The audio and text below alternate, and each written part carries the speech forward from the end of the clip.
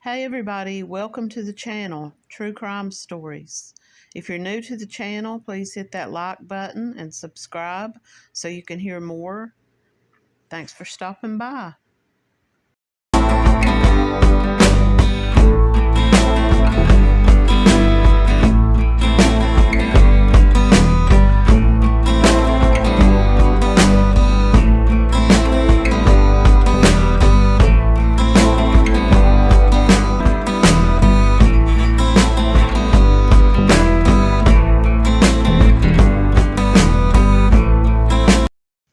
As Christmas approaches, I wanted to put together some stories as I did last year about disappearances of people and maybe some unsolved cases that took place around the Christmas holidays. Read this in relation to this story. In the United States, pregnancy-associated homicide is a leading cause of death for women. Pregnant and postpartum women have a 35% higher risk of homicide than other women. Most of the perpetrators of these murders are the male intimate partners or the fathers of the babies of these women. Black women and younger women are the most affected. Firearms are the most common weapon used, accounting for 81% of the murders. And 55% of the murders occur in the home. And I just wanted to share that because I feel like this could possibly be what happened to this woman in this story. I could be wrong about that, but that's just my thoughts. Time to celebrate and to be joyful, but sometimes things happen in life to people that kind of mar their holiday and will stay with them throughout their lives. And this is one case. I want to talk about this is the disappearance of Susan Lund from Clarksville, Tennessee. Now, Susan Lund was last seen on Christmas Eve, 1992. She was 25 years old and a loving mother of 3 children at the time of her disappearance. Investigators say she was last seen at her family's home on Christmas Eve. She left to walk to a local grocery store, but she never returned home. Susan's husband quickly reported her missing, and multiple agencies searched for her for months. Eventually, the official missing person case was closed, but her family never stopped looking for her. Shortly after her disappearance on January the 27th, 1993, 2 young girls discovered human remains along a wooded roadway near Wayne Fitzgerald Park in Illinois. Despite several unique characteristics of the remains, investigators were not able to identify the woman, and for 30 years she remained Jane Doe. In January of 2022, investigators announced that over that year, a multitude of new efforts were taken to identify this Jane Doe. A doctor at the University of New Hampshire leading the way, offering to re-examine the case with updated methods. Dr. Amy Michael worked with writer and researcher Laura Norton, and they found the original sketch. They believed that the sketch had been exaggerated to bring out her unique characteristics, and they used more updated technology to create a forensic sketch. At the same time, investigators also pursued DNA identification and uploaded her DNA into GEDmatch. They quickly found a lead and were able to confirm a family match using a sibling's DNA. While Susan Lund's identity had been restored, her children remained dedicated to finding out what actually happened to their mother and who was responsible for her death. Laura Norton profiles Susan's case and others in a book that she wrote called Lay Them to Rest. Investigators asked anyone with any information about Susan and what happened to her to contact Detective Captain Bobby Wallace at the Jefferson County Sheriff's Office at 618-244-8004. I want to take a step back and just read a little bit about what happened that day, what happened to Susan Lund. It's like standing in a crowd of people waiting for her to call out your name, Anne Marie Milley said. For almost 3 decades, she's been waiting and listening for the sound of her sister's voice. If you've ever driven down College Street near downtown Clarksville, Tennessee, or ventured down the bypass, you've seen a billboard on the side of the road with a woman's face and a large text asking, "What happened to Susan Lund?" These billboards are 2 of 6 put up in the Clarksville community to rally to get answers for this woman. It was Christmas Eve, 1992, and a seemingly normal day. At around 7:30 p.m., Susan Lund was around 3 months pregnant, left her home on Harrier Court, just off Jack Miller Boulevard. She was walking to go buy some groceries at a nearby store. Her daughter, Crystal Lund, was only 4 years old at the time, begged her mom to go to the store with her, but she was told no. But the grocery store had closed early that day, and Susan never returned. Crystal, who was, like I said, 4 years old at the time, recalls getting up early the next morning with her brother and getting into the Christmas presents, not knowing that her mother had not come home.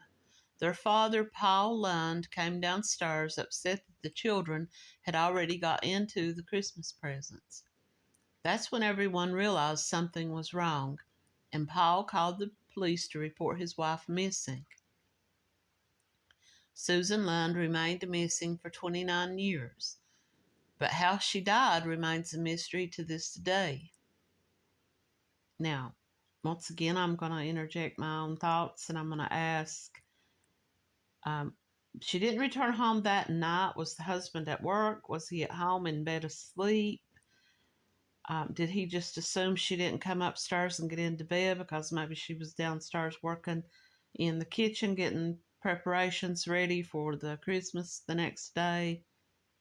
Who put the children to bed? Who did not notice mom has not returned home? She left at 7:30, and throughout the night, no one noticed that she had not come home. So that's just another little red flag. At the time, Paul Lund was a soldier in the 311th Military Intelligence Battalion.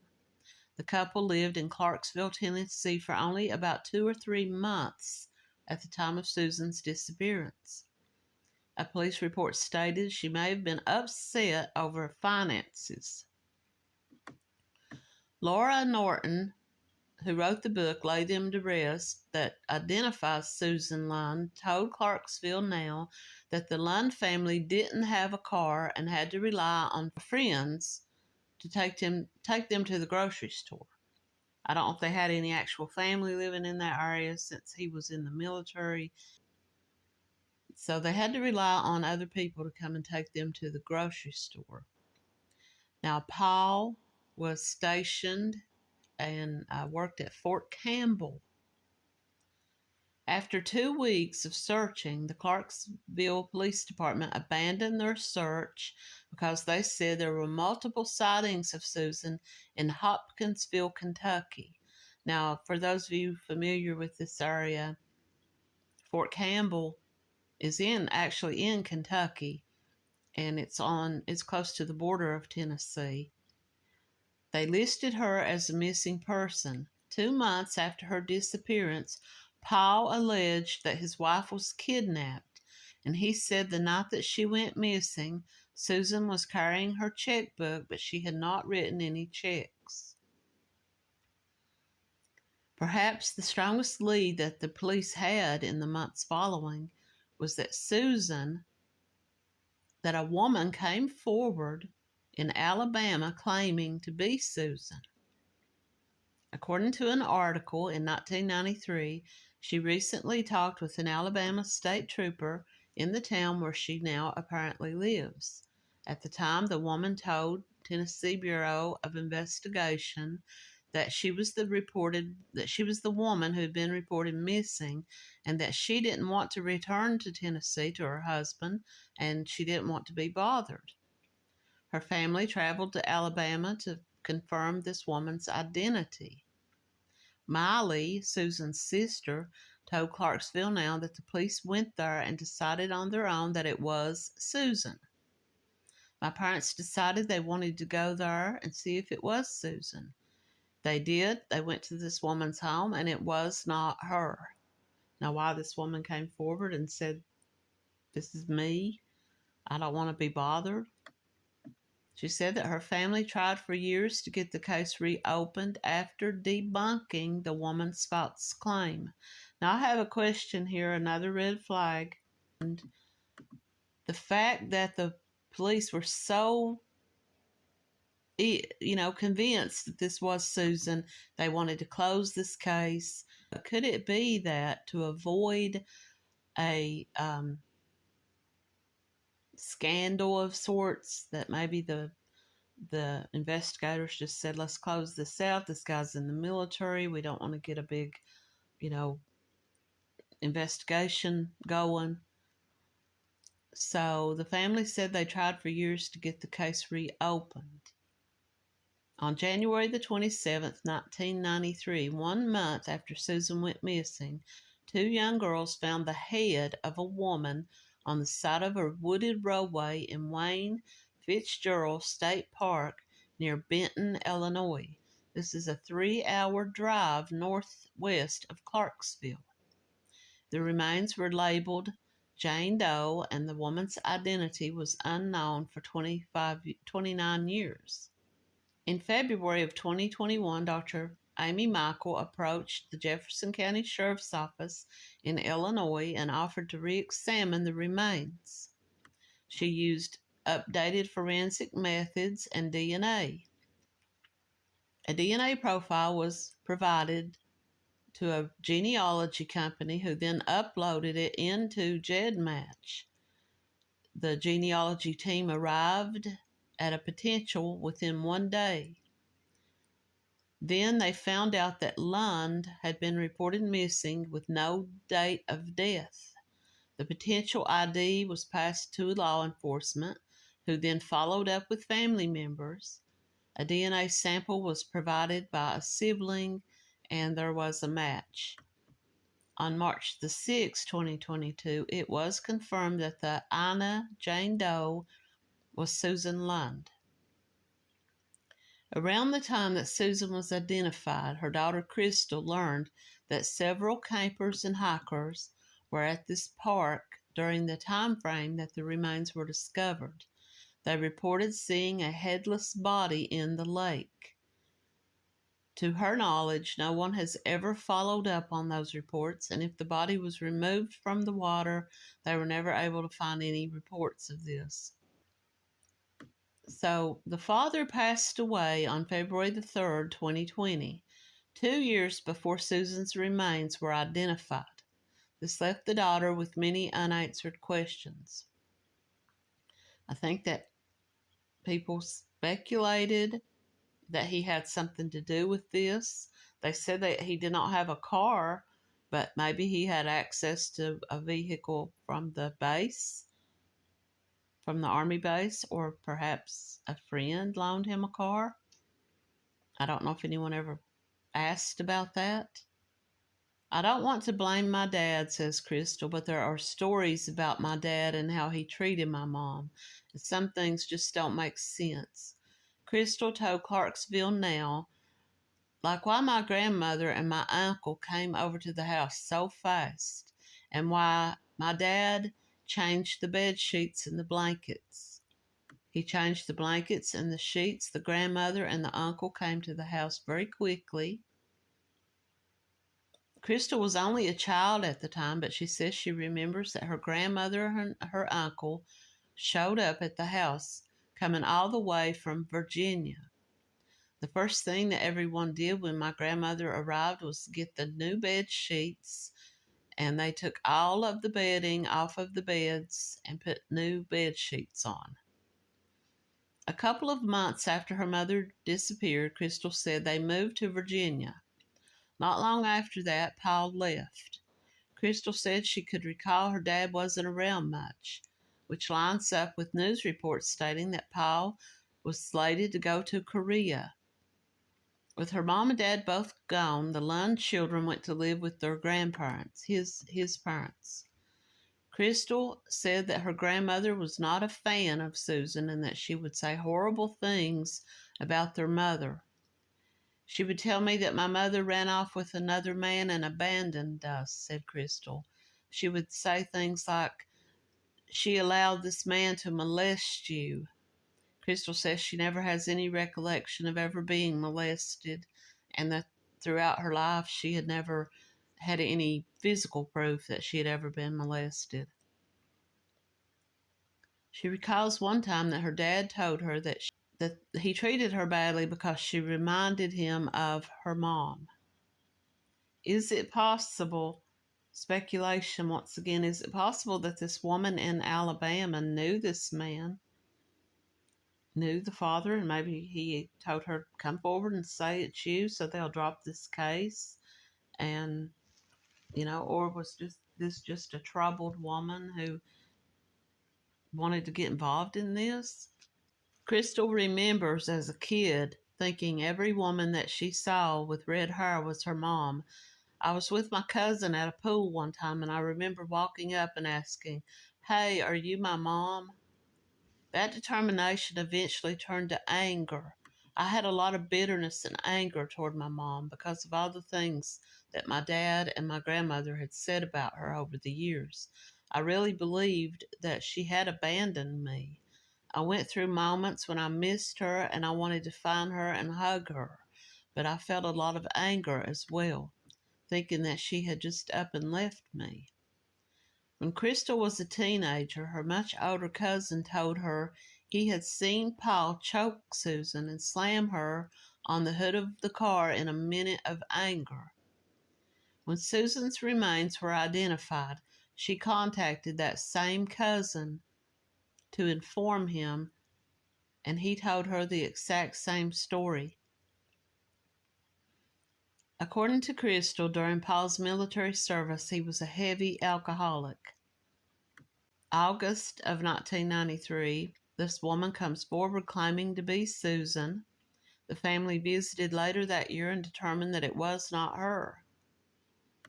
February the 3rd, 2020, Paul Lund dies. Now, on the same day, 2 years later, February the 3rd, 2022, samples of Jane Doe's DNA was tested and confirmed to be the sister of Miley. And in March of 2022, she was officially identified as Susan Lund.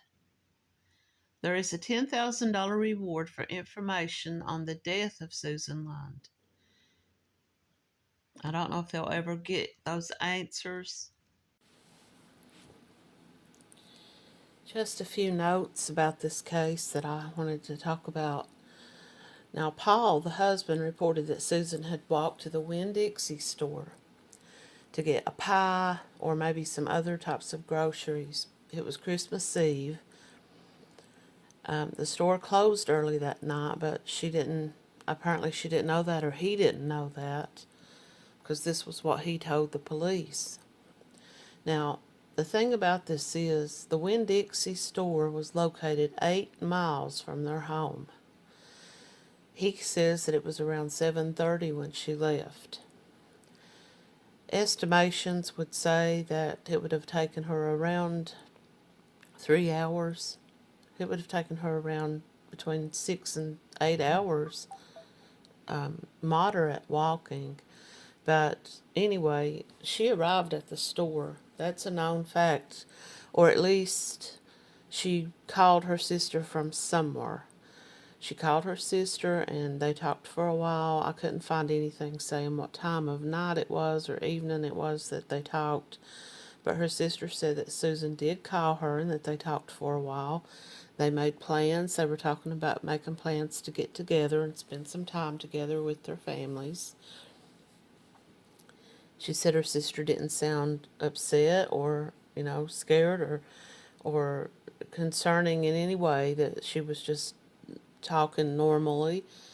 And later on, when it was found out that she didn't return home, it's believed that she did catch a ride with somebody, because it would have taken her much longer to have arrived at that store had she been walking the entire time. And her sister said she made no mention of this, of having walked a long distance to get to the store and to the phone. So her sister didn't believe that she walked. Didn't know if she caught a ride with somebody. Was it somebody she knew from maybe their apartment building or their street? Was it someone maybe that felt sorry for this woman walking late at night or late in the evening, which it would have been dark by that time? But did someone just stop and pick her up? Did that person wait around for her and say, I'll give you a ride back home when you're finished? Or did they just drop her off and leave? Did she hitchhike back home and get picked up by some stranger? Did someone follow her from the store? Now, later on, in an interview with local newspapers, Paul, the husband, speaks of his wife as if he believes that she just ran off, and he told reporters that he had no hard feelings against her, and that if she returned home, she would be hugged and kissed and welcomed, but that he felt like that this was her decision to run off. This could have been an attempt on his part to sway the opinion about her away from her being a victim to she just decided she didn't want to be here anymore and just ran off. Is this part of what led the police to just stop investigating? Because the children's memories, the oldest child was 6, the little girl that's mentioned in the story, Crystal, was 4. The other child was a little younger than them, probably has no memory of this.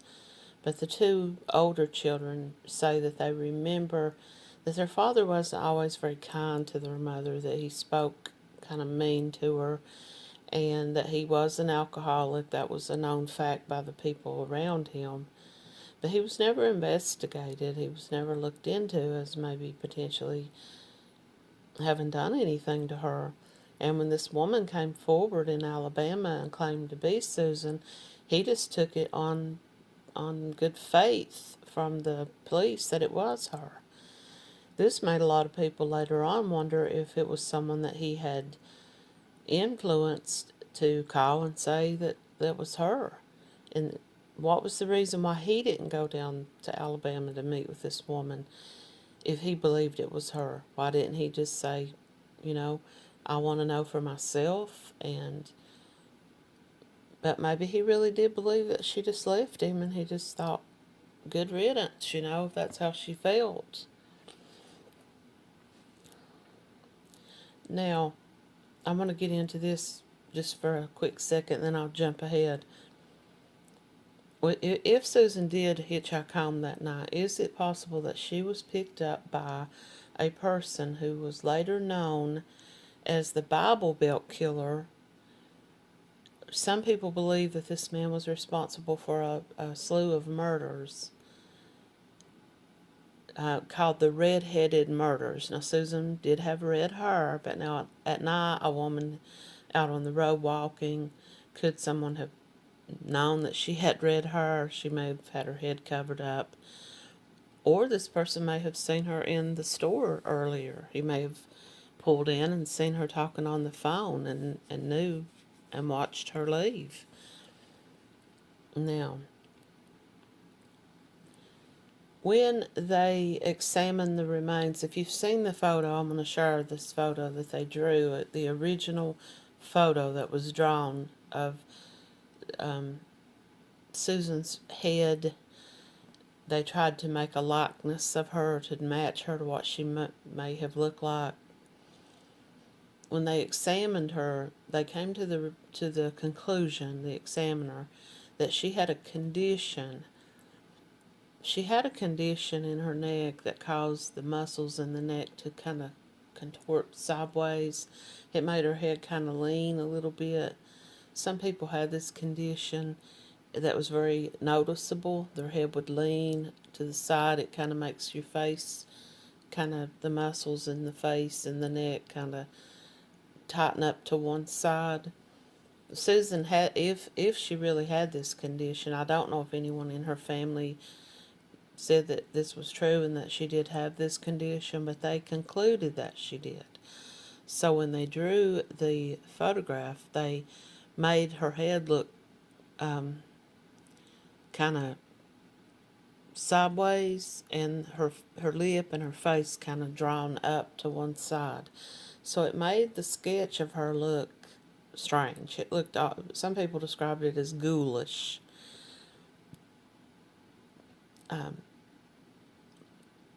Susan's condition was not so pronounced that it was noticeable to a lot of people. You can kind of look at her features and see that her face does kind of draw to one side, but not so over pronounced that this would have stuck out to anybody. Some people believe that this is the reason why they didn't find Susan, because this picture that was put out, a lot of people believe the opinion was that it looked like someone who was maybe a derelict or a drug addict, or someone who'd been out on the streets for a long time that looked like they had some problems, and it didn't look like a young 25-year-old woman who had just been, home one night and just disappeared, and people just wasn't really thinking that it might match her. But they say that because of the photograph is what kept the public's interest in her story, and people really wanted to find out who she was. Now, back to this story about the serial killer. I don't know when this occurred. I don't know if this occurred very soon after Susan's remains were found, or if it was much later. But in a rest stop bathroom near the park where Susan's head was found, a worker who'd gone in to clean these bathrooms saw someone had scribbled some graffiti on the wall. And it was saying that they were a serial killer, and that named how many victims they had, and the race and sexes of the victims that they claimed. And it said that there would be more victims. Now, was this someone who was trying to tip the police off, or was this just someone who heard about Susan's head being found and just made this disturbed, writing on the wall to try to throw the police off? Could it have been someone who was really trying to throw the police off? So sightings were called in. People called in possible sightings of Susan as far away as Louisville, Kentucky, and Hopkinsville, Kentucky is really only, it's very close to where she lived and very close to Fort Campbell. Louisville's a little farther north, but some people believe that Susan may have been picked up, and they said one reported sighting that was called in that said they saw someone who resembled Susan near Louisville, Kentucky, said that they gave a description of her clothing, and it did match the clothing that Susan had been wearing. This person said that Susan looked sick, very pale, and confused. Another caller called and said that they spotted someone who looked like Susan near Hopkinsville, Kentucky. Was Susan abducted? Someone said that when they called in that they believed Susan, they thought when they saw this woman that they thought that it was a prostitute. Is it possible that Susan had been picked up and was being trafficked? Could it have been that she was being set out on the street corner and forced to, to get into prostitution, and maybe she was able to escape, or maybe she wasn't able to escape. Maybe she tried to escape and this person just killed her. That's possible. That area, I-75 and I-65 area, coming up north, up into Indiana and Illinois, has been known to be a place where they have busted traffickers, human traffickers. So when they did this initial exam of Susan's head, they determined that she had only been dead between 3 and 14 days when the head was found. But she had been missing for 34 days at that point. If the examiner was right and she hadn't been dead as long as she'd been missing, where had she been for around 3 weeks from the time that she went missing till her head was discarded? Anywhere between 3 and 5 weeks. It's possible that she was being held. It's possible that she was being trafficked and forced into, some prostitution or something like that. It's also possible that she could have been a victim of this serial killer known as, well, some people call him the Bible Belt Killer, but they didn't really give this person a real name. It was just called the Red-Headed Murderers because each one of these women that were found was red-headed. And one of the victims that's believed to have been a victim of this person was a girl named Tracy Sue Walker from Indiana, who was found in Tennessee near Knoxville. And I have a story about her, and I will include a link to that story at the end of this video. But it's possible that she became a victim of this person. That it was thought that this person was a truck driver who traveled along those routes. And many of the victims were found in Kentucky, Tennessee, Mississippi, and Indiana, and Arkansas. There were a couple in West Virginia and Pennsylvania as well that could have been the same, victims of the same killer.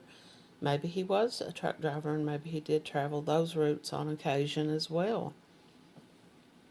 That's a possibility. Paul, at one point, said to the police that he believed his wife had been kidnapped. He didn't believe that she ran away. He contradicted himself on a couple of occasions when at one point he said he believed she'd been taken and forced into a car. And at another point he tells a reporter he speaks as though, whatever happened, whatever she chose to leave. After this woman came forward in Alabama, they chose to believe this story. And throughout their lives, the children were led to believe that their mother had just ran off.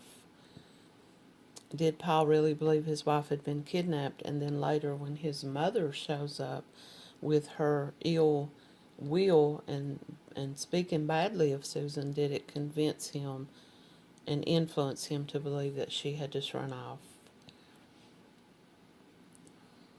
So who put this graffiti on the wall? Was it really a serial killer who had kidnapped and murdered Susan? Or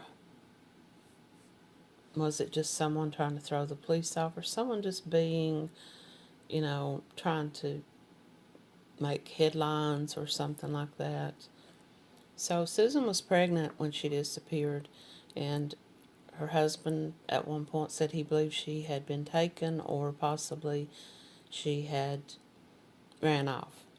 And the children later on in life believed that their mother had abandoned them. So if they believed that she had just up and left and was out there in the world alive somewhere, did they ever wonder about what had happened to her baby? Did they ever at any point try to do a GED match type DNA testing later when that became available? Whatever happened to Susan that night may always remain a mystery. Nobody may never know what happened from the time she hung up the phone with her sister and started back home that night. People may never know if she caught a ride, or if she was hitchhiking. Um, the rest of her remains have never been found. Like I said, she was pregnant. There was a report from some campers and some younger people who were camping in the area near where the head was found that told police that they had seen a body, a headless body, floating in the water of Lake Rind nearby there. I don't know that the police ever investigated or dragged that waterway or searched for remains. If they believe that this was just some kids having, making up lies and jokes, and why they never went out there and searched. And is anybody willing to go back out there and search that lake now to see if they were really telling the truth? And that may have been Susan's, the rest of her remains. But all these years later, would they be able to tell anything about her? Thanks for watching.